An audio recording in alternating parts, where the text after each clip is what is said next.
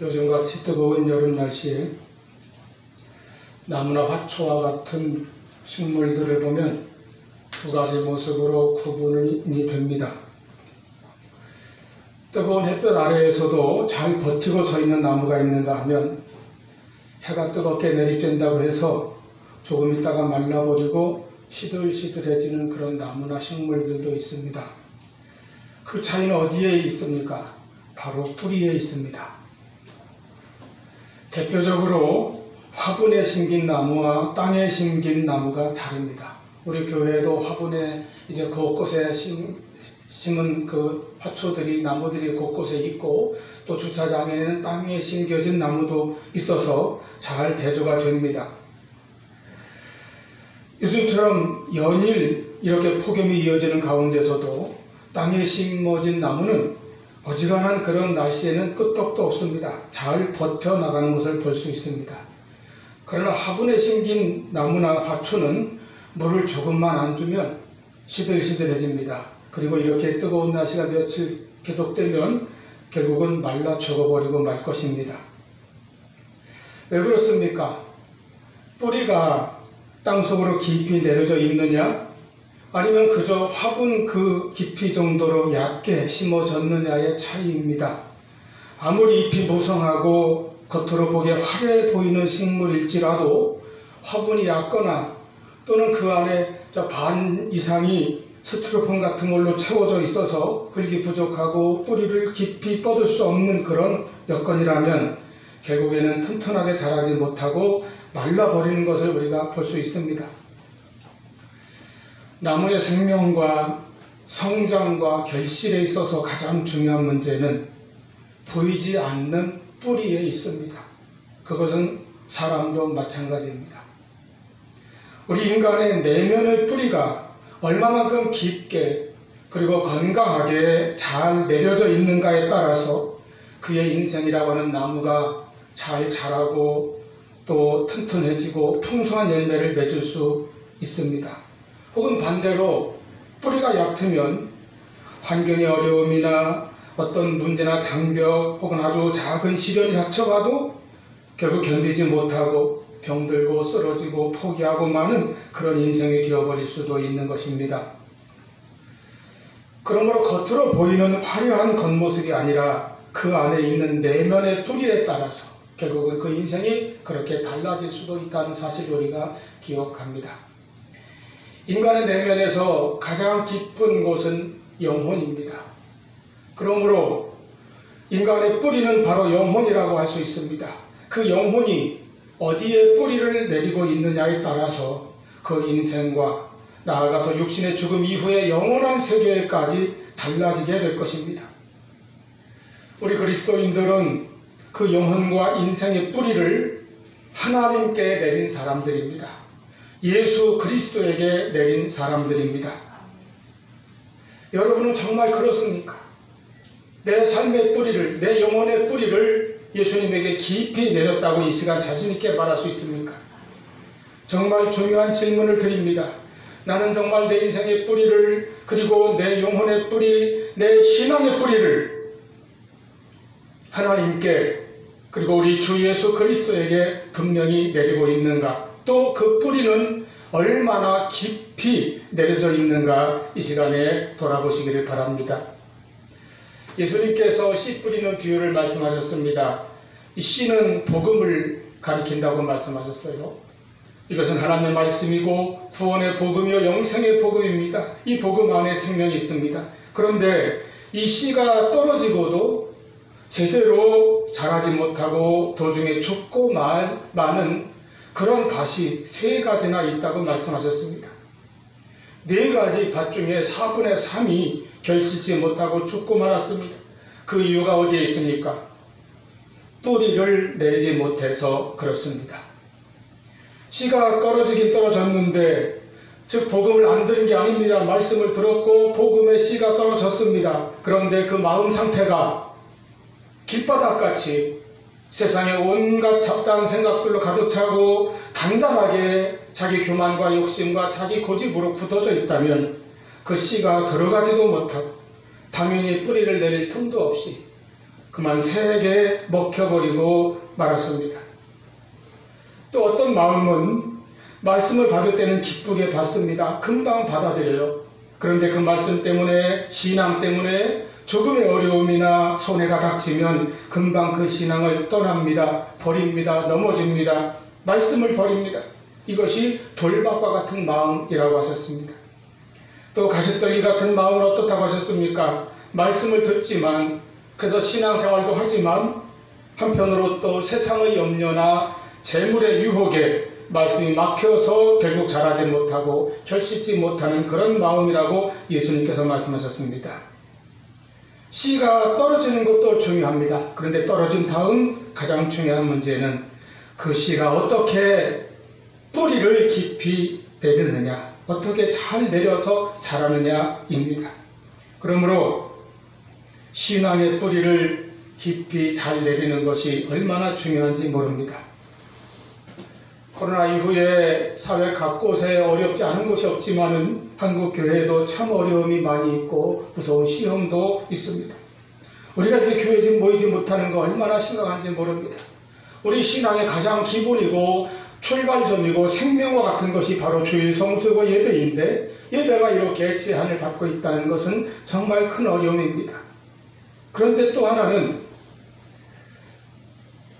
이런 여건 속에서 어쩔 수 없이 우리가 진행하는 이런 비대면 온라인 예배가 반복되다 보면 이제 이것이 너무 우리 생활 속에 편하게 익숙하게 받아들여져서 이제는 그저 신앙생활을 또는 주일 성수를 또는 예배를 그저 편하게 지나가 버리는 것처럼 그렇게 생각하고자 하는, 그렇게 생각할 수 있는 무서운 유혹과 시험이 있다는 것입니다.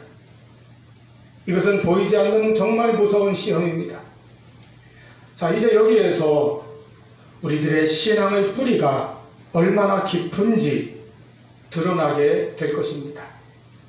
그동안 잎은 무성하고 줄기는 멋있어 보였는데 그 속에 뿌리는 정말 얼마나 깊이 내려졌는지 또는 얕게 겨우 박혀 있었는지 드러나게 될 것입니다. 그런 의미에서 오늘 본문 가운데 특히 6절, 7절 말씀을 깊이 마음에 새기시기를 바랍니다. 그러므로 너희가 그리스도 예수를 주로 받았으니 그 안에서 행하되 그 안에 뿌리를 박으며 세움을 받아 교훈을 받은 대로 믿음에 굳게 서서 감사함을 넘치게 하라.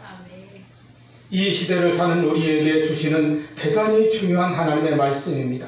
이 말씀과 같이 예수 그리스도 안에 뿌리를 내리되 깊게 내리는 저와 여러분 되시기를 바랍니다. 신앙의 뿌리가 깊어야 인생의 가뭄에도 견디고 외부의 불볕 더위도 이기며 태풍이나 홍수에도 견고히 서는 나무가 될 것입니다. 그리고 그 뿌리가 깊어야 진정한 의미에서의 성장이 이루어지고 열매도 맺는 나무가 될 것입니다. 그동안 어찌 보면 한국교회는 속으로 깊이 뿌리를 내리기보다는 밖으로 무언가를 받고 또 나타내고 하는 것을 더 좋아하는 측면도 좀 있습니다. 그래서 뭘 받았다, 뭘 보았다 이런 것 좋아하고 외적으로 나타내는 것을 좋아하는 경향도 없지 않아 있습니다. 그러나 문제는 교회나 우리 그리스도인들의 내면의 뿌리가 만약에 깊지 못하다면 성도들에게 신앙에 따른 삶의 변화가 나타나지 아니하고 주님을 따르며 주님을 닮은 열매가 나타나지 못하게 된다는 데 있습니다.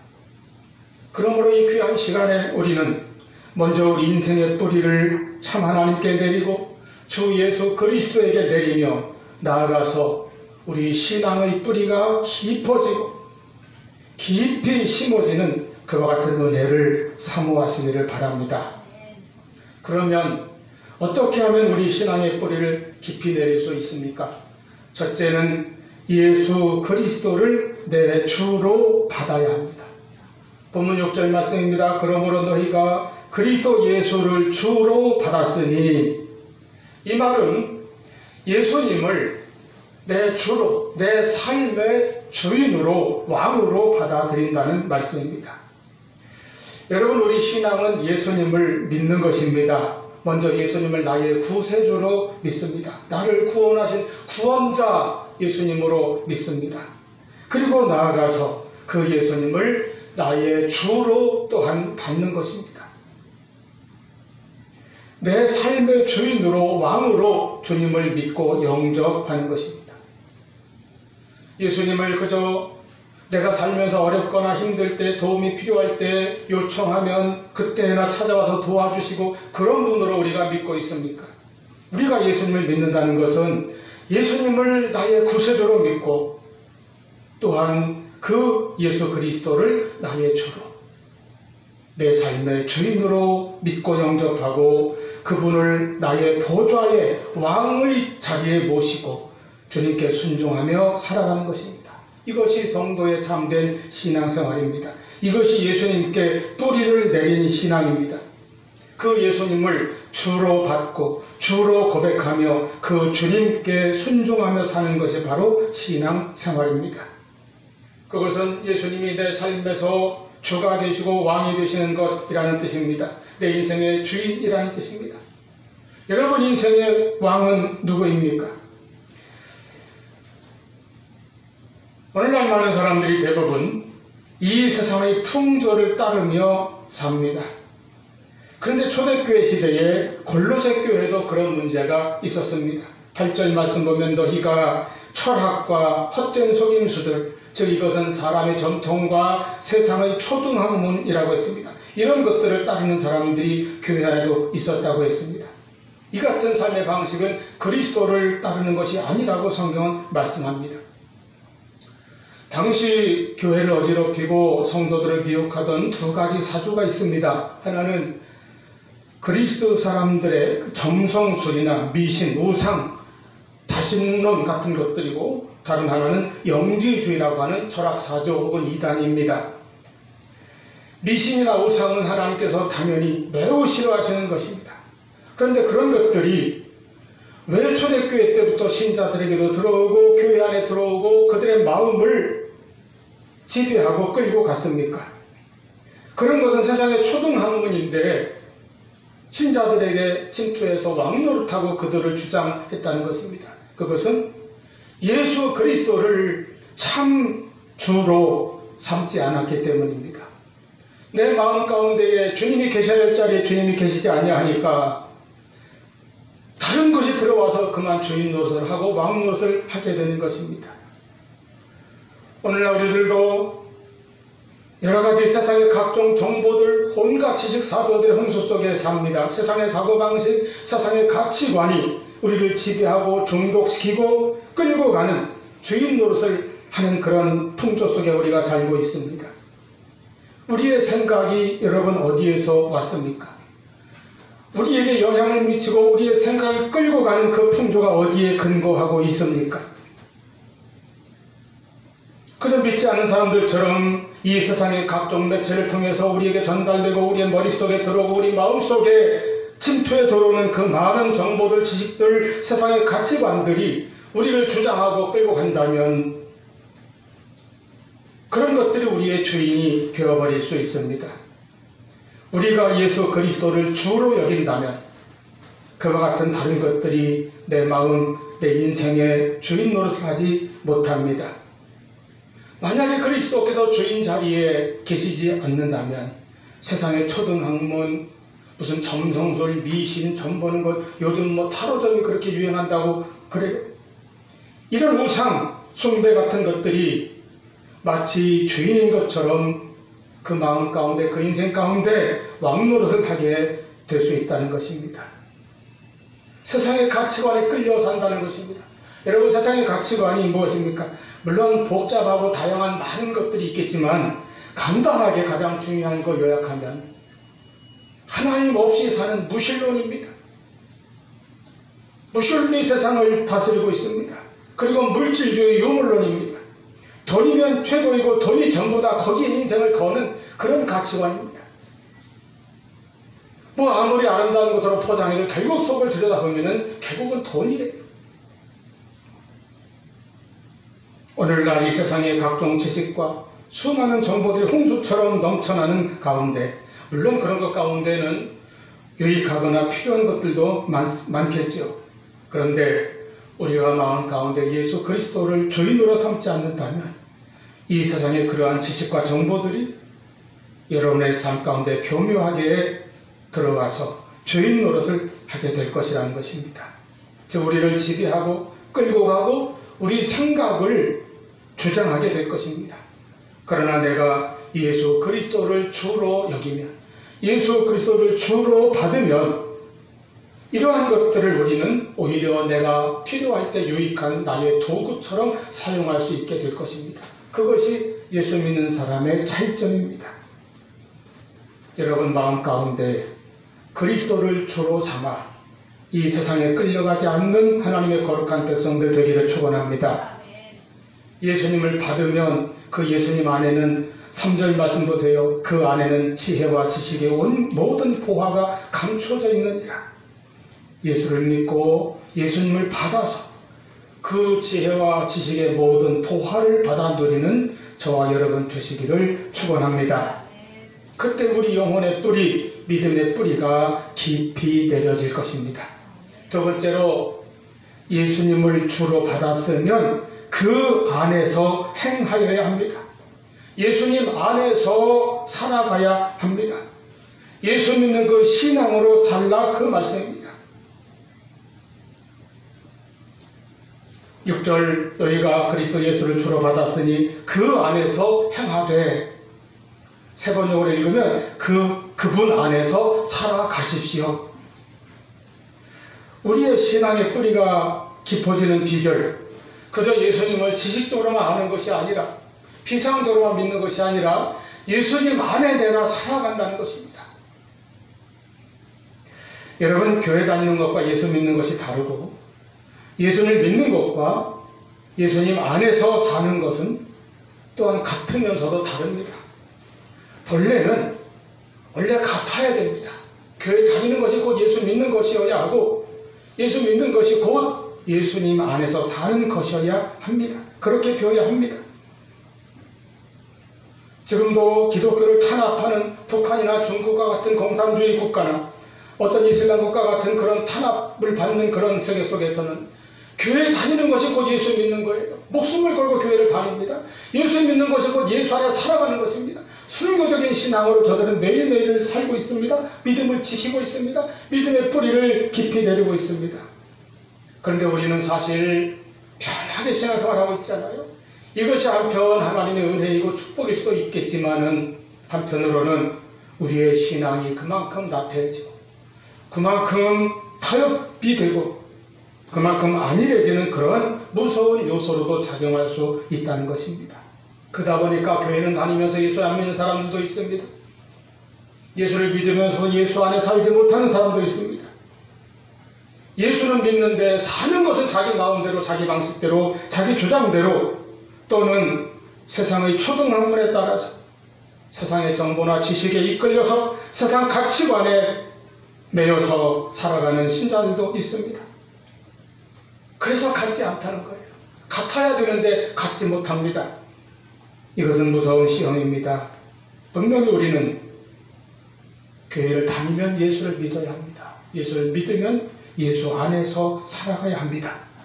예수님께서 말씀하셨습니다. 요한복음 15장 4절 너희가 내 안에 거하라. 그러면 나도 너희 안에 거하리라. 내가 예수 믿는 것은 예수님 안에 거하고 예수님께 소속되는 것입니다. 그래서 예수님 안에서 살아가는 것입니다. 우리가 세상에서도 소속이 달라지면 자동적으로 그 사는 모습과 사는 방식이 달라집니다. 학생이 학교에 들어가면 그 학교가 정한 학사 일정을 따라야 하고 시간표대로 수업에 임하고 또는 학교의 교칙이나 주어지는 과제 등을 수행해야 합니다. 그것이 당연합니다. 자기가 그냥 집에서 살 때야 편하게 새벽 2시, 3시까지 앉아고 게임하고 뭐 하고 싶은 거 다 할 수 있지만 군대에 가보세요. 무조건 10시 취침, 6시 기상 꼬박꼬박 지킵니다. 3년 동안. 또 중간에 자기가 보초를 서게 된다면 아무리 자고 싶어도 새벽 2시건 3시건 나가서 보초를 서야 합니다. 회사에 들어가면 그 회사에 맞게 생활하고 주어진 일들을 해야 됩니다. 어쨌든 소속이 달라지면 그 소속에 따라 사는 방식이, 생활이 달라지게 됩니다. 우리가 예수를 믿고 예수를 주로 받았습니다. 그는 예수 안에 거하는 자가 된 것입니다. 예수에게 속한 자가 되었습니다. 그러므로 우리는 이제 사는 방식이 달라져야 합니다. 또한 내가 예수 안에 살면 달라지게 되어 있습니다. 이제는 내 마음대로 살지 아니하고 또 나를 기쁘게 하기 위해서 살지 아니하고 세상의 방법이나 세상을 기쁘게 하면서 사는 것이 아니라 내 안에 계신 예수님, 그리고 나도 그 예수님 안에 거하면서 그 예수님의 뜻을 따라 사는 삶이 되어야 하는 것입니다. 그런데 이같이 사는 것이 세상에서 학교나 군대나 회사나 어떤 집단에 소속하게 됨으로써 강제적으로 의무적으로 사는 그런 모습과는 다릅니다. 우리가 예수님을 주님으로 믿고 또한 나의 주로 받으면 주님께서 내 안에서, 내가 주님 안에 속하면 주님이 내 안에서 우리가 그렇게 살도록, 그렇게 살 수 있도록 역사하시고 우리 안에 그와 같은 마음과 능력을 넣어주신다는 것입니다. 성령을 통하여 역사하시고 이끌어 주신다는 것입니다. 제가 빌립보서 1장 6절 말씀, 너희 안에서 선한 일을 시작하신 이가 그리스도 예수의 날까지 이루실 줄을 확신하노라, 이 말씀과 함께 빌립보서에서 또한 아주 좋아하는 한 구절, 2장 13절, 제가 아주 자주 인용해서 많이 아실 것입니다. 너희 안에서 행하시는 이는 하나님이시니 자기의 기쁘신 뜻을 위하여 너희에게 소원을 두고 행하게 하시나니, 하나님께서 우리 안에 그같이 살겠다는 소원을 두신다는 것입니다. 그리고 그 소원을 따라 행하고 그렇게 살게 해주신다는 것입니다. 이것이 예수 안에 사는 사람들의 차이점입니다. 여러분, 가정에서나 학교에서나 직장에서나 사회 어느 곳에서든 하나님의 기쁘신 뜻을 위하여 우리 주님이신 그리스도 예수를 위하여 살겠다고 하는 소원을 품습니까? 하나님께서 이 소원을 우리에게 넣어주시고 그 소원을 따라 행하게 하시고 이루게 하신다는 말씀입니다. 여러분, 그 소원을 원하시기 바랍니다. 그 소원을 구하시기 바랍니다. 하나님께서 주십니다. 우리가 무슨 큰일, 거창한 일, 아주 이름을 날리는 드러나는 일을 하는 것만이 하나님께서 주시는 소원이 아닙니다.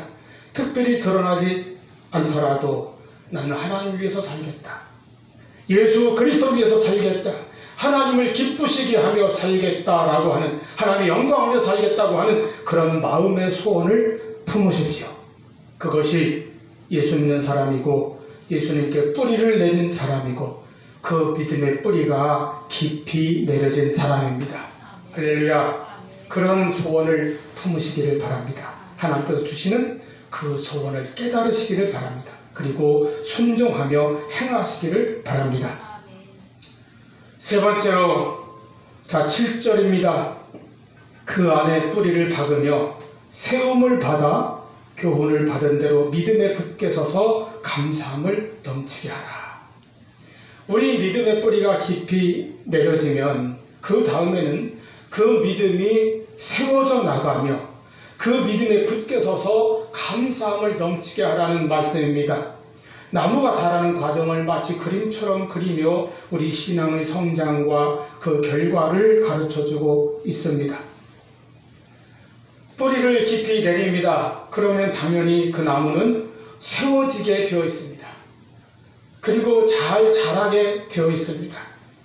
뿌리가 견고하게 붙잡아주고 또 모든 영양과 충분한 수분을 공급해주기 때문입니다. 그래서 세워지고 튼튼해지고 자라납니다. 그 다음엔 굳게 서고 마지막은 열매를 맺게 됩니다. 무슨 열매입니까? 감사함을 넘치게 하라. 신앙생활의 열매는 결국은 감사로 나타나는 것입니다. 여러분, 우리의 마음속에 진정 감사가 있습니까? 우리의 기도에, 우리의 예배에 감사가 있습니까? 신앙의 열매는 감사로 알 수 있습니다. 무엇에 대한 감사입니까? 예수 그리스도에 대한 감사입니다. 내가 꼭 무엇을 받아서만이 아니라 예수님만으로도 감사할 수 있는 감사. 이것이 신앙의 열매입니다. 내가 예수 믿고 구원받은 것만 해도 얼마나 큰 감사의 제목입니까? 대개 신앙생활에 시험이 들거나 흔들리는 사람들 보면 감사가 없어요. 왜 감사가 없습니까? 구원의 확신이 없거나 구원받은 감격이 식어지고 없어져서 그렇습니다. 구원의 확신이 없는 사람들은 감사할 줄 모릅니다. 우리가 하여금 구원의 확신을 갖지 못하게 하는 것이 하나 있습니다. 그것은 예수 그리스도의 십자가 복음 외에 다른 것을 자꾸 집어넣는 것입니다. 초대교회 때도 그런 것이 있었습니다. 골로새 교회 문제뿐만 아니라 초대교회 전반에 거쳐서 아까 말씀드린 영지주의라고 하는 심각한 이단이 있었습니다. 이것이 기독교 최초의 이단입니다. 우리가 믿는 신앙은 예수를 믿으면 그 예수님의 은혜로, 예수님의 공로로 모든 죄가 사함받고 영생을 얻습니다. 그런데 이것을 너무 쉽고 유치한 것이라고 그렇게 비난합니다. 영생이라고 하는 것은 아주 굉장히 차원 높은, 인간이 받을 수 있는 가장 수준 높은 그런 이제 축복이고 그런 도달할 수 있는 목표인데, 그런 높은 경지에 오르려면, 그런 특권을 좀 얻을 정도가 되려면은 단순히 그렇게 예수 믿는 것만 가지고 되겠느냐? 무언가 특별한 다른 사람이 알지 못하는 신비한 영적인 지식이 따로 있어야 된다는 것입니다. 그런 사람이 영생을 얻는 거지, 누구나 다 예수 믿기만 하면 다 영생을 얻는다는 것은 있을 수 없다는 거예요. 그래서 영지주의자들은 이 예수님의 복음을 상당히 낮게 취급합니다. 자기들이 더 차원 높은 그런 신앙을 가졌다고 합니다. 듣고 보면 그런 사람들의 수준이 훨씬 높고, 그래서 그들의 말이 많은 것 같습니다. 예수님을 나의 주로 믿고 영접하였으니 내가 구원을 받았다가는 이 확신, 어떻게 보면 너무 쉬운 것이 아닌가 의심을 하게 됩니다. 오늘날 현대판 영지주의의 아류들이 곳곳에 있습니다. 영지주의에서 가르치던 그 지식 같은 것 대신에 거기에 다른 것 넣으면 다 비슷해져요. 인간의 행위, 예컨대 고행이나 선행이나 구제 혹은 어떤 종교적인 특별한 열심 행위, 이런 것 등등, 또는 어떤 신비한 체험, 이런 것을 예수 십자가보다 더 중시하는 사람들, 그런 것에 빠지게 됩니다. 그리고 그런 것에 빠지면 절대로 감사하지 못합니다. 그 이전에 구원의 확신을 갖지 못합니다. 항상 불안합니다. 구원에 대해서도 불안하고, 하나님의 징계나 저주에 대해서 두려워하고, 그러니까 신앙이 감사의 신앙이 되지 못하고 늘 율법적인 신앙이 되거나 자꾸 어떤 신비나 체험 이런 것만 쫓아다니는 병들 신앙이 되어버리거나 미신적으로 믿고 거래하는 그런 신앙이 되어버립니다. 그러니까 감사가 없는 거예요. 우리는 오직 예수님으로 구원받았고 예수님으로 구원의 확신을 가졌고, 그래서 오직 예수님으로 감사합니다. 예수 십자가 부활의 그 복음으로 내가 구원받았음을 확신합니다. 담대하게 세상이 어떻게 되어도 누가 뭐라고 하여도 나는 구원받았다고 하는 그 확신이 내게 있어야 합니다. 그리고 그 신앙에서 나오는 감사가 넘쳐야 합니다. 이것이 예수에게 깊이 뿌리를 내린 신앙입니다. 그 신앙에서 나오는 열매입니다. 예수 안에서 내가 구원의 확신을 가지는 것은 바로 신앙의 뿌리가 견고하게 깊이 박힌 것입니다. 그러면 그 신앙은 튼튼하게 자라고 굳게 세워질 것입니다. 그리고 거기서 풍성한 열매가 맺혀질 것입니다. 행함이라고 하는 열매, 전도의 열매, 사랑이라는 열매, 기도라는 열매, 찬송의 열매, 기쁨의 열매, 평강의 열매, 그리고 감사가 넘치게 되는 열매가 풍성하게 열리게 될 것입니다. 여러분, 인생의 뿌리를 예수 그리스도에게 내리십시오. 그리고 그 예수 안에 우리 신앙의 뿌리를 깊이 내리기를 축원합니다. 이왕 예수 믿을 것, 뿌리가 얕아서 제대로 신앙이 서지도 못하고 자라지도 못하고 흔들리기나 하고 아무 열매도 맺지 못하는 그런 신앙이 아니라 뿌리가 깊은 신앙, 그래서 잘 자라고 견고하게 세워지고 나아가서 아름답고 풍성한 열매를 맺는 그런 신앙의 나무가 되기를 바랍니다. 잠언 12장 3절 말씀에 사람이 악으로서 굳게 서지 못하거니와 의인의 뿌리는 움직이지 아니하느니라 말씀하셨습니다. 예수님 안에서 의롭다함 받은 우리의 뿌리는 흔들리거나 쓰러지거나 뽑히지 않을 것입니다. 호세아 선지자는 호세아 14장 5절에서 이스라엘이 회개하고 하나님 앞에 돌아올 때에 하나님께서 베푸실 은혜에 대해서 이렇게 말씀합니다. 내가 이스라엘에게 이슬과 같으리니 그가 백합화같이 피겠고 레바논의 백향목같이 뿌리가 바뀔 것이라. 아멘. 예수님을 나의 구주로 믿고 내 삶의 주로 받으십시오. 그리고 그 예수 안에서 행하며 살아가는 우리가 되기를 바랍니다. 오직 예수 안에서 믿음에 굳게 서서 감사함을 넘치게 하는 우리 모두가 되기를 축원합니다.